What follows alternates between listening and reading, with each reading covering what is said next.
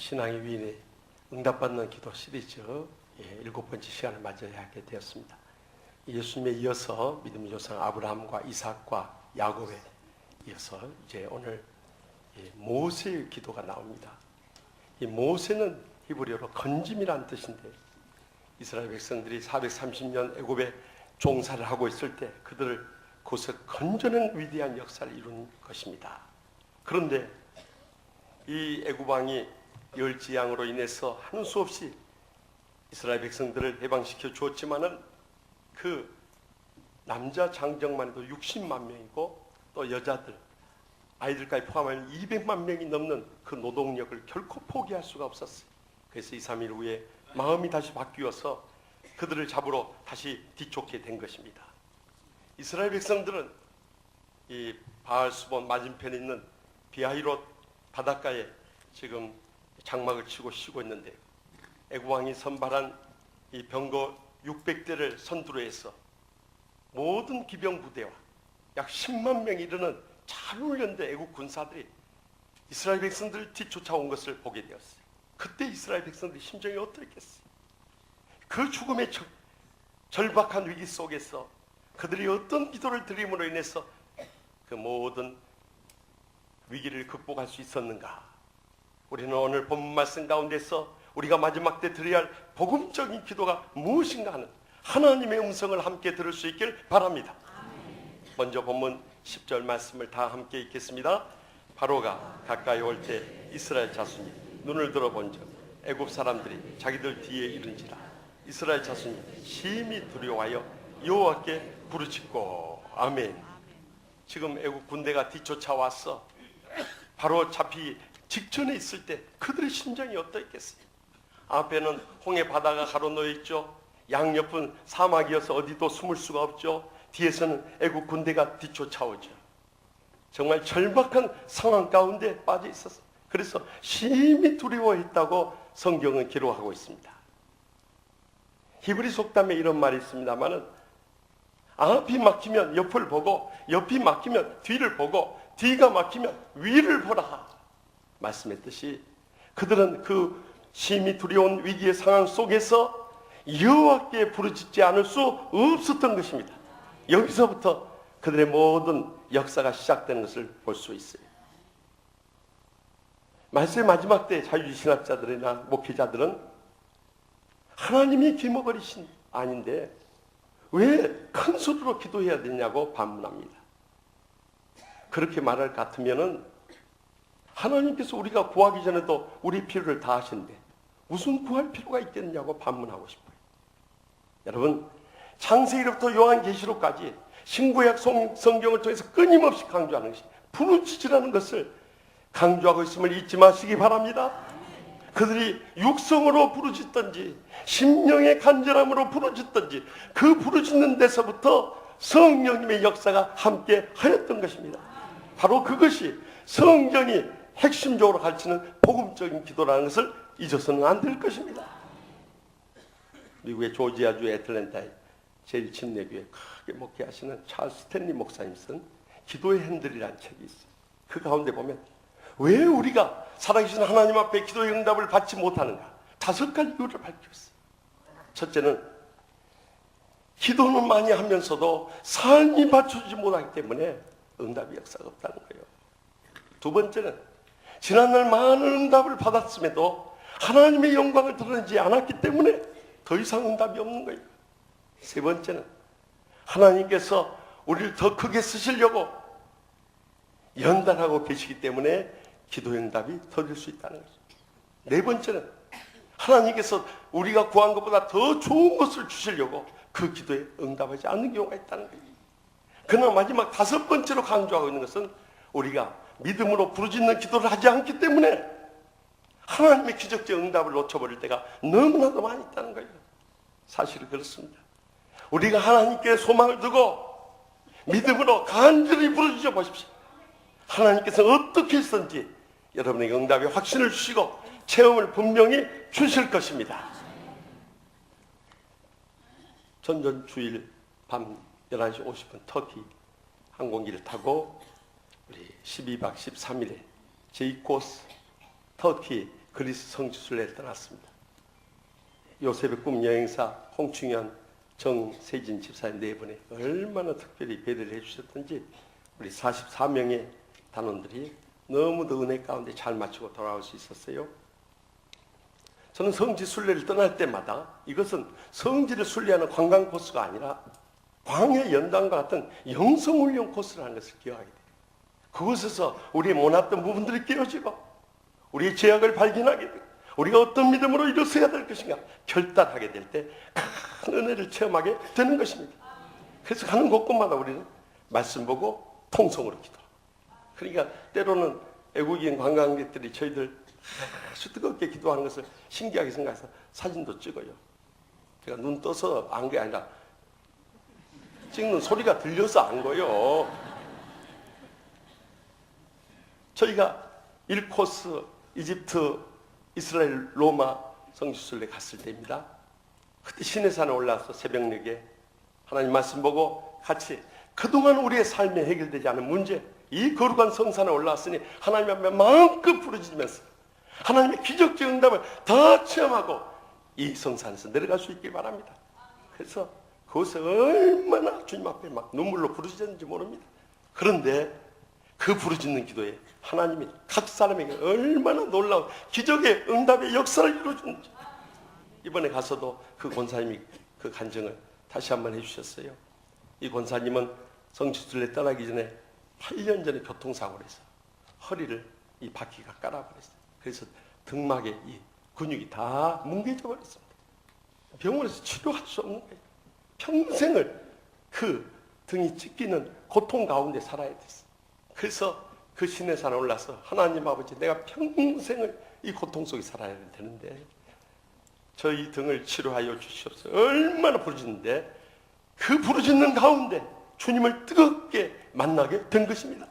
그리고 주님께서 안수해 주심으로 인해서 기적적인 치료를 받고 내려오게 된 줄 믿으시기 바랍니다. 할렐루야. 얼마나 놀라운 일이에요. 이번에도요 성지순례 가서 정말 가는 일정 코스마다 성령님이 역사하는 것을 몸소 경험하지 않을 수 없어요. 그 성지에 가서 각가지 사고들이 터지는데 더 깊은 실사고가 있어요. 그런데 그것을 한번 잃어버리면요 찾기가 얼마나 어려운지 몰라요. 거기 거주민들 있죠. 관광객들이 수없이 다니기 때문에 정말 찾기가 어려워요. 그런데 잃어버린 것마다 다 찾아내버린 거예요. 이 휴대폰들 잊어버렸다가 찾아내고, 카드들 잃어버렸다가 찾게 되고, 이 가방들 잃어버렸다가 찾게 되고, 저도 점퍼 잃었다가 찾았네요. 누가 문 앞에다 딱 이렇게 걸어놨어요. 하여튼 신기할 만큼 기도할 때마다 하나님이 응답의 역사를 이루어준데, 무엇보다도 참 은혜 받았던 것은 이 12박 13일 동안 한 번도 비가 오지 않고 맑고 화창한 날씨가 계속 되는 거예요. 특별히 우리가 밤모섬을 들어가고자 할 때, 밤모섬은 원래 10월부터 3월까지가 애기의 풍랑이 심할 때 있어 배운행에 차질이 있기 때문에 거의 순례 일정을 제외시켜 버리거나, 또 고집에서 그곳에 갔다가 이상기후를 만나서 순례 일정에 차질을 빚는 팀들이 너무도 많았어. 그래서 이번에도 밤모섬을 제외하려고 하는 것을 제가 고집해서, 그래도 그곳에 가서 요한 사도가 계시받았던 그 섬에 들어가서 그 신앙 우리가 받고 와야 된다고 그래가지고 그곳에 가게 됐는데요. 그 가는 날 아침까지만 해도 그 모르죠. 그런데 밤에 선착장에 가서 보니까요 바람이 쫙 찾아지고요. 그리고 하여튼 밤새워서 그 밤모섬에 안전하게 이루게 되었어요. 그리고 그곳에서 요한 사도의 그 깊은 신앙의 은혜를 놀랍게 체험하고 돌아올 수 있었습니다. 그런데 마지막 전날 이제 그리스 마테오라를 떠나서 우리가 바울 사도가 처음 유럽 선교를 시작했던 마게도냐의 그 네아폴리와 또 첫 복음을 전했던 빌립보와 또 데살로니가를 가야 되는데, 그날 아침부터 비가 계속 수같이 쏟아지는 거예요. 그러니 비가 오면 어떻게 순례 일정을 진행할 수 있겠습니까? 그 유적지를 돌아다녀야 되는데 가면서 계속 기도했어요. 하나님 아버지, 지금까지도 일기를 주장해 주는데 마지막까지 성령님께서 도와주셔서 맑은 날씨를 허락해 주시옵소서. 그래서 데살로니가 갈 때까지 비를 꼭 먹게 하여 쉴 줄 믿습니다 하고 마음속으로 계속 기도하면서. 그런데요, 데살로니가 딱 도착했는데 비가 먼저 깨요, 계속 갈게요. 네? 믿음들도 좋으세요. 딱 멈춰버려. 그래가지고 데살로니가뿐만 아니라 이 빌립보는 길이 실퍽거려서 돌아다니기 어려운데 저희가 갔더니 햇빛이 쨍쨍 쬐가지고 얼마나 땅이 보송보송해져 있는지요. 너무너무 은혜롭게 다닌 거예요. 그뿐만 아니라 마지막 날 이제 이스탄불로 돌아와서 거기서 비행기를 타고 귀국해야 되는데요. 이스탄불에서 이 터키 가이드가 왔는데 지금 이스탄불에 비가 억수같이 쏟아지고 있기 때문에 우산들 다 준비하세요 그러는 거예요. 그런데 우리가 마지막 성 소피아 교회를 들려야 되는데 비가 억수같이 쏟아서 우산 준비하라는데 우리는 뭐 했게요? 그렇죠, 기도했어요. 그랬더니 가보니까요, 그 억수같이 쏟아지던 이 이스탄불이요 아주 팍 갇혀버려요. 더 놀라운 것은 그곳을 향해서 가는데요, 밖에요 이 구름 가운데, 진한 구름 가운데 햇살이 쫙 비치는 거예요. 너무 감격스러워서 제 핸드폰 카메라로 촬영을 했습니다만은 잘 나왔는지 모르겠어요. 그런데 그 가운데 햇살이 쫙 비치는데 저는 그곳에서 주님의 사랑의 은총이 우리 치유하는 교회에 임하는 것을 분명히 목격하고 체험할 수 있었던 것입니다. 그래서 이번 모든 여정이 비 한 방울도 안 맞고요, 빗사이를 막 피해가지고 이렇게 은혜 가운데 잘 마치고 돌아갔어요. 12박 13일 일정 갔다 오니까 더 피곤하고 지쳐야 되는데 그곳에 가서 얼마나 영육간의 은혜 받았든지 더 그냥 힘이 솟고 그냥 핸섬하고 멋져져가지고 그냥 건강해져서 돌아왔어요. 여러분, 우리의 삶 가운데 어떤 환난과 고통이 부딪혀온다 할지라도 우리가 낙심하지 말아야 할 이유가 바로 여기에 있는 것입니다. 시편 50편 15절에도 환난 날에 나를 부르라, 내가 너희를 건지리니 내가 나를 영화롭게 하리라 분명히 약속하지 않습니까? 어떠한 죽음의 위기 속에서도 하나님께 부르짖는 이 복음적인 기도를 회복하게 될 때 거기서부터 성령님이 기적적으로 역사해 주셨어요. 우리를 위기에서 건져주실 뿐만 아니라 이 모든 일을 통해 하나님께서 영광 거두실 줄 확실히 믿으시기 바랍니다. 그런데 이스라엘 백성들은 그 심히 두려움 속에서 간절히 부르셨으면 하나님의 기적적 응답을 기다려야 될 거 아닙니까? 그런데 잠시 후에 그냥 불평과 원망이 터져나오기 시작한 거예요. 그것이 본문 11절에 12절에 나와 있어요. 다 같이 읽겠습니다. 그들이 또 모세에게 이르되 애굽에 밀장지가 없어서 당신이 우리를 이끌어내어 이 광야에서 죽게 하느냐? 어찌하여 당신이 우리를 애굽에서 이끌어내어 우리에게 이같이 하느냐? 우리가 애굽에서 당신에게 이른 말이 이것이 아니냐? 이르기를 우리를 내버려두라, 우리가 애굽 사람을 섬길 것이라 하지 아니하더냐? 애굽 사람을 섬기는 것이 광야에서 죽는 것보다 낫겠노라. 아멘. 여러분, 이 불평과 원망하는 소리를 들어보십시오. 사실 이 말이요, 그럴듯하게 들릴지 모르지만 이것은 사실이 아니라 전부 거짓말입니다. 그것을 어떻게 우리가 확인할 수 있냐면요, 이 본문 이전에 출애굽기 기록을 보면 그들이 지금 하고 있는 말이 다 거짓말로 불평하고 원망하고 있다는 것을 주목할 수 있길 바랍니다. 먼저 출애굽기 4장 31절 말씀 다 같이 읽겠습니다. 백성이 믿으며 여호와께서 이스라엘 자손을 찾으시고 그들의 고난을 살피셨다 함을 듣고 머리 숙여 경배하였더라. 아멘. 여기 보십시오. 모세를 통해서 이스라엘 백성들이 출애굽의 소식을 처음 들었을 때 반응이 여기 분명히 기록되어 있지 않습니까? 여기서 그들이 언제 불평하고 원망했습니까? 머리 숙여 경배하며 하나님께 감사하며 우리가 해방될 날에 왔다고 기뻐 즐거워하지 않았습니까?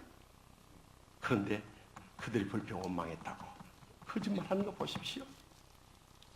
더 나가서 출애굽기 12장 27절을 보면 그것은 이스라엘 백성들이 출애굽하기 직전에 있었던 사건을 기록하고 있습니다. 다 같이 읽겠습니다. 너희는 이르기를 이는 여호와의 유월절 제사라.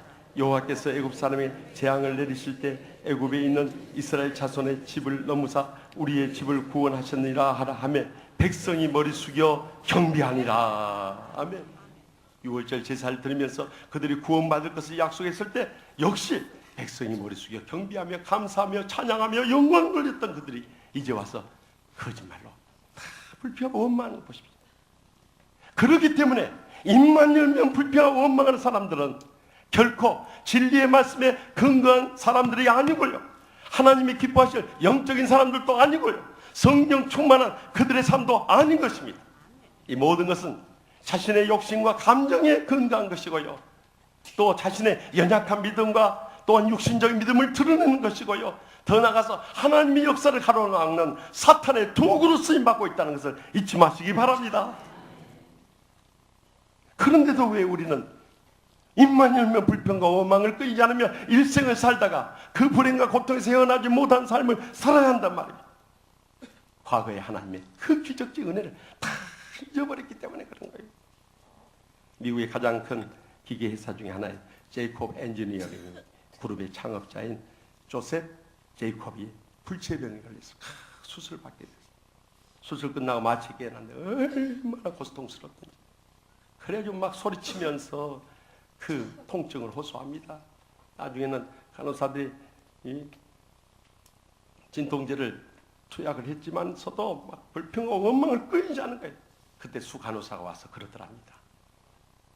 미스터 제이콥, 당신은 이 수술 전에 모든 생을 포기해야 할 불치의 환자였어. 그런데 지금 당신이 통증을 느낀다는 건 살아있다는 증거 아닙니까?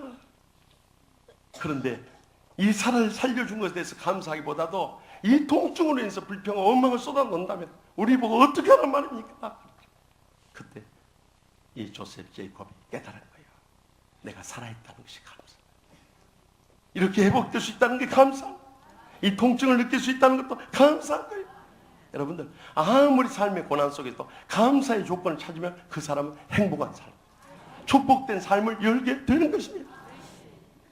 이번에 성지순례 여정 가운데서 참 큰 감동을 주었던 지하 도시가 있어요. 그곳은 데린큐라는 곳이에요. 깊은 우물이라는 뜻의 그 지하 동굴이었어요. 그곳은 지하로 20층, 그러니까 120m의 깊이 판 거대한 지하 동굴에서 기독교 초기 약 300년 동안 기독교가 공인되기 전까지 신앙을 지키고자 그곳에 거주했던 약 2, 3만 명의 성도들이 그 지하 동굴에 살았던 것이. 그들은 신앙을 지키겠다는 이 한 가지 이유 때문에 평생도록 햇볕도 보지 못해. 맑은 공기도 마시지 못해. 물도 부족하고요. 식량의 굶주림을 겪으면서도 그들은 감사합니다. 찬양합니다.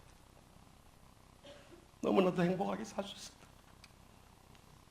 데린큐에 그 동굴에 들어가서 우리가 예배드리면서 얼마나 눈물이 쏟습니다. 우리는 이 자유로운 신앙생활에서 이 풍요로운 삶을 누릴 수 있고 이 은혜와 축복 속에 살면서도 감사하지 못하고 입만 열면 불평과 원망하며 살아가니 얼마나 부끄러운 신앙생활을 하고 있었느냐는 거예요. 그래도 이번에 13일 동안 순례 여정을 가는가 합니다. 나는 믿음의 성도들의 모습 보면서 참 은혜를 받았어요. 한 권사님이요, 이번에 성지순례 간다고 아주 값비싼 선글라스를 새로 구했어요. 그래서 그거 끼고 왔다가 그 다음날 잊어버렸어요. 그 정도 되면요, 값비싼 선글라스 그것도 새 것인데 얼마나 마음에 불평과 원망이 터지겠어요. 그런데 그가 나중에 그렇게 고백하는 거예요. 하나님 아버지, 이렇게 은혜롭고 행복한 성지순례 오게 해주신 것만 해도 감사합니다. 그렇기 때문에 선글라스 잃어버렸다고 해서 이걸로 인해서 제 마음은 흔들리지 않도록 끝까지 감사하는 믿음 지키게 하여 주시옵소서. 그렇게 감사하기도 했대요. 그런데 얼마 후에 그 선글라스 찾아버렸어요. 놀라운 것은 그 권사님의 코트를 빌려간 사람이 있었는데 그 빌려간 코트 안에서 선글라스가 나와버린 거예요. 그 빌려간 여자가 저하고 같은 집에 사는 여자라고 저는 밝힐 수가 없어요.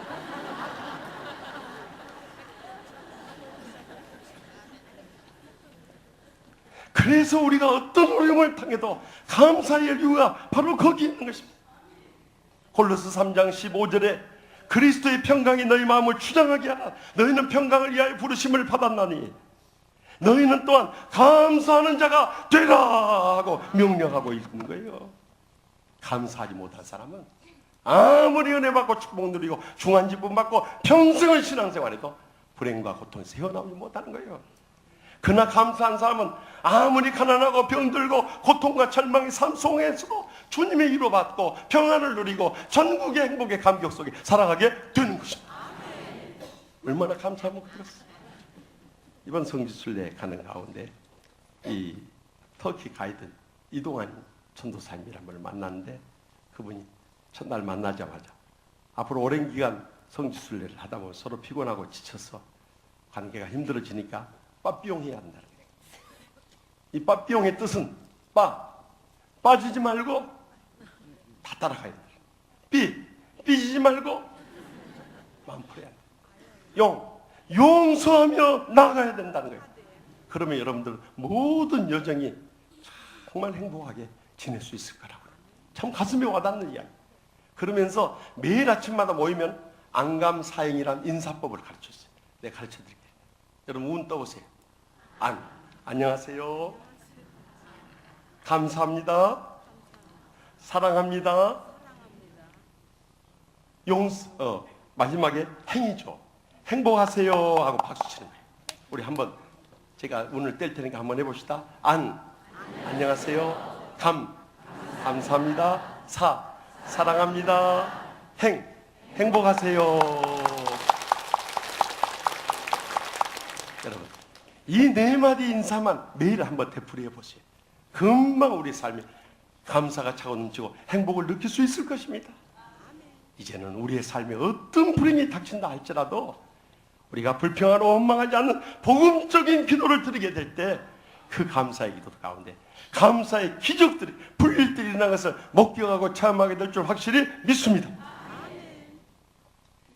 이스라엘 백성들이 이렇게 불평과 원망을 이어가자 모세는 오늘 본문 13절에 담대하게 외칩니다. 다 같이 읽겠습니다. 모세가 백성에게 이르되 너희는 두려워하지 말라. 가만히 서서 여호와께서 오늘 너희를 위하여 행하시는 구원을 보라. 너희가 오늘 본 애굽 사람을 영원히 다시 보지 아니하리라. 아멘. 여러분, 지금 애굽 군대가 그들을 잡으러 뒤쫓아오고 있는데 어떻게 두려워하지 않을 수 있고 가만히 서서 당할 수가 있고 또 여호와께서 무슨 행하시는 구원을 볼 수 있으며 또 오늘 본 애굽 사람을 어떻게 영원히 안 볼 수 있겠습니까? 그 근거가 되는 이유가 그 다음 14절에 나와 있습니다. 14절 말씀 다 같이 읽겠습니다. 여호와께서 너희를 위하여 싸우시니 너희는 가만히 있을지니라. 아멘. 여호와께서 우리를 위해서 싸워주시기 때문에 우리가 가만히 있어도 된다는 거예요. 여러분, 지금까지 인생 살아오면서 우리가 애쓰고 수고하면서 살 때는 우리의 인생도 힘들고 신앙생활도 얼마나 팍팍했는지 몰라요. 그러나 나는 죽고 하나님이 살아 역사하시도 내 자신을 온전히 맡기고 드릴 수 있길 바랍니다. 그러면 주님이 살아 역사하시는 신앙생활 하거나 인생을 살면요 얼마나 마음 평안하고요 덜 힘들고요 즐거운 일인지 모르는 것입니다. 바로 이것이 복음이라는 거예요. 이 홍해 사건에 대해서 자유주의 신학자들은 그때 바다가 아주 깊은 오늘의 홍해, 레드시가 아니라 리드시, 갈대 바다. 우리 무릎 찰 정도밖에 물이 없었다. 그래서 이스라엘 백성들이 건널 수 있었다. 이런 신신학을 주장하는 사람들이 있어요. 또 그것을 잘못 배운 전도사님이 교회 학교 가서 애들한테 또 그렇게 설교했대. 자기가 뭐 새로운 거 특별한 거냐 안 것처럼 여러분 홍해는 깊은 바다가 아니라 무릎 정도밖에 안 차는 갈대밭이었어요. 그것을 이스라엘 백성들이 건너간 거예요. 그렇게 가르치. 그러자 신앙이 좋은 초등학생 아이가 손을 들더니 그러더래요. 전도사님 그러면 더 큰 기적이네요. 어떻게 무릎밖에 안 차는 그곳에 10만 명의 군사가 빠져 죽을 수 있어요? 여러분, 하나님의 역사는 아무리 인간이 막으려고 아무리 하나님 사람을 이해하려고 해도 그럴 수 없는 것입니다. 하나님이 지켜주시기 때문에. 이 출애굽의 역사도 마찬가지예요. 인간으로서는 불가능해 보이지만 하나님이 이루신 것입니다. 그 증거가요, 사우디아라비아 왕실 주치였던 김승학 박사가 쓴 떨기나무 책 가운데 보면은요, 지금 3,500년의 세월이 지났지만은 그곳을 이 홍해 바다를 탐사하던 론 와트 고고학 교수팀이요.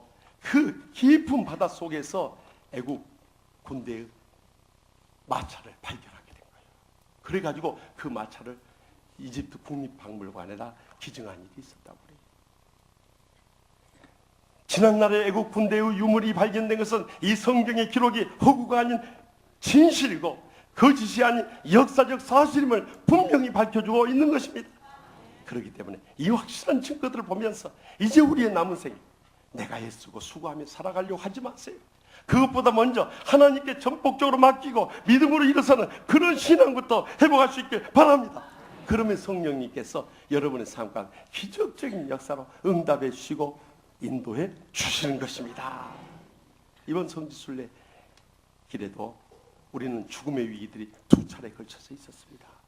처음에 이제 비행기를 타고 밤 11시 50분에 출발했을 때 한 12시경에 기내식이 나오더라고요. 그런데 한 권사님이 너무 배가 고파서 그래서 급히 먹었는데 그것이 급체가 돼버린 거예요. 그래가지고 처음에는 가슴이 답답하더니 식은땀이 줄 흘리더니 나중에는요 호흡이 안 되는 거예요. 그런데 이러다 그대로 죽겠다는 생각이. 그래서 하나님 앞에 그 순간에 기도했다. 하나님 아버지, 저 죽게 되면 우리 성지순례 전부 다 망쳐버려요.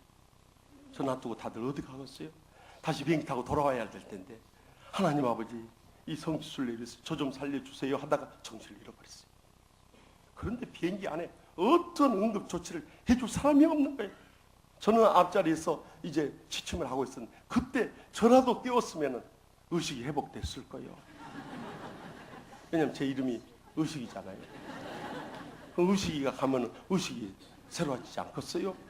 그런데 경황이 없으니까 뭐 저를 깨울 생각도 못하고 겁지고 하고 있는데 그 죽음에 숨이 막혀가는 위기의 순간에 하나님께서 살아 역사하시고 그 권사님의 기도에 응답해 주시는 거예요. 어떻게 해요? 하필이면 그 비행기 안에 터키 여행을 떠나는 대구에 한의사가 탑승해 있었던 거예요. 그 한의사가 그 상황을 목격하고 와서 바로 침을 놓으면서 응급조치를 해가지고 살아난 거예요. 여러분, 이것을 어떻게 인간의 이론으로 설명할 수 있겠어요?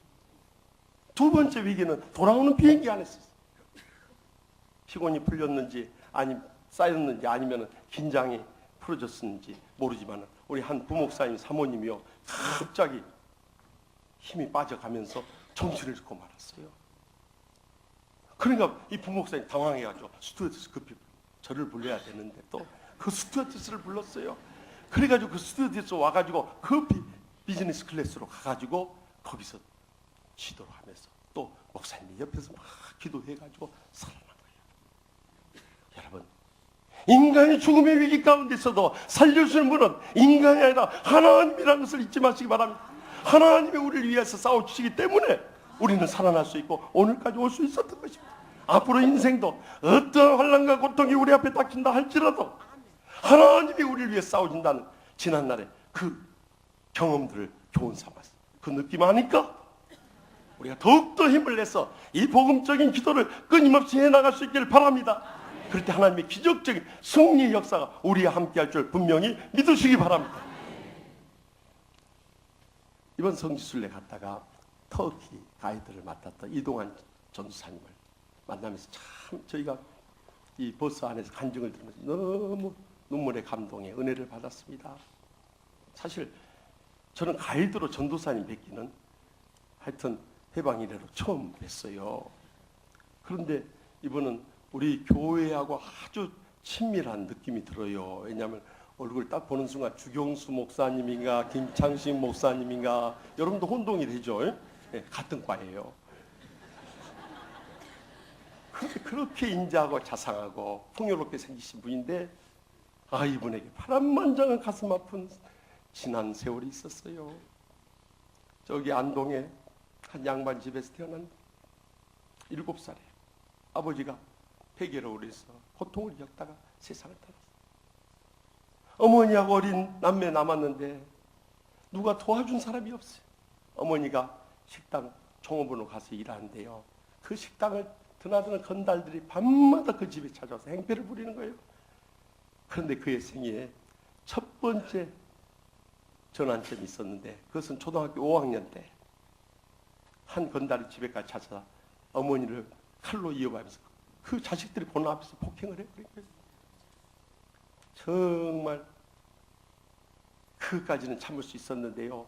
그 부인까지 또 나중에 찾아와 가지고 막 머리채를 끄집어대고 막 이 그 어린애들이 달려드니까 이 XX 같은 여에다 니은 새끼들이 이 잘 되는 줄 내 두 눈으로 똑똑히 지켜보겠다 그러고 가더래.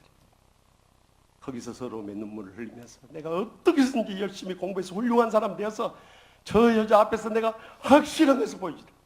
그때 인생의 첫 번째 도전이 있었던 거예요.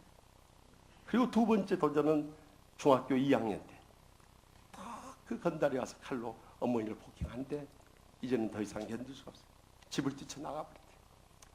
내가 이렇게 사느니 차라리 인생 끝내는 것이 속편하겠다. 그래서 낙동강 다리 위에 올라가서 뛰어내리려고 하는데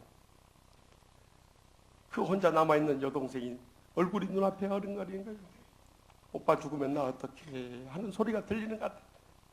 그래서 그 여동생 때문에 차마 죽지는 못하고 어디 오갈 데 없으니까 교회 기도실로 갔어. 엎드려서 지금까지 가슴에 쌓였던 거 다 주님 앞에 쏟아놓으면서 울부짖기 시작했다. 하나님 아버지, 저 좀 살려주세요. 저 좀 도와주세요. 울부짖기 시작했다. 그때 하나님의 이로의 음성이 들리더라. 내가 너를 안다. 내가 너를 사랑한다. 주님의 음성이 들리더라. 거기서 주님의 부르심의 소명을 받고 장신대 기독교 교육과를 들어가게 된 거예요. 그런데 대학 입학해서 민중신학에 빠져가지고 방황하다가 자원 입대를 하게 됐어요. 군대 가서 세 번째 인생의 전환점이 있었답니다.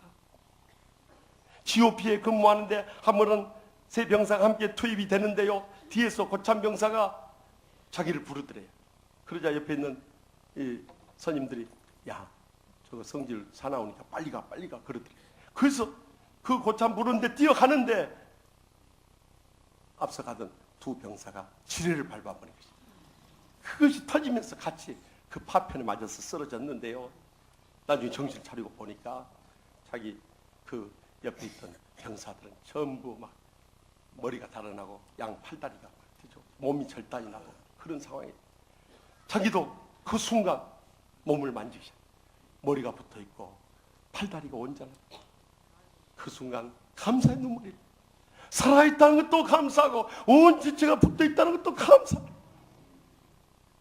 그리고 다시 군에 제대하고 신학교로 돌아와서 거기서 클래스메이트를 만나서 결혼을 하게 되어 장인어른 심무하는 교회에서 대안학교를 하면서 그래도 뜻 있게 이 목회자의 길을 계속하고 있는데 어머니가 도박 빚으로 인해서 교도소에 끌려가게 되고 또 여동생은 결혼할 때가 됐는데 돈이 없어 결혼 못하고 결국 모든 신학을 멈추고 터키로 와서 가이드하면서 이야기를 들어보니까 이제 가까스로 도박빚 다 갚고 여동생 다 오고 나니까 빈털털입니다 그러는 거예요. 그래서 내가 그랬어. 나이가 36이니까 저 동생뻘 아닙니까? 그래서 동생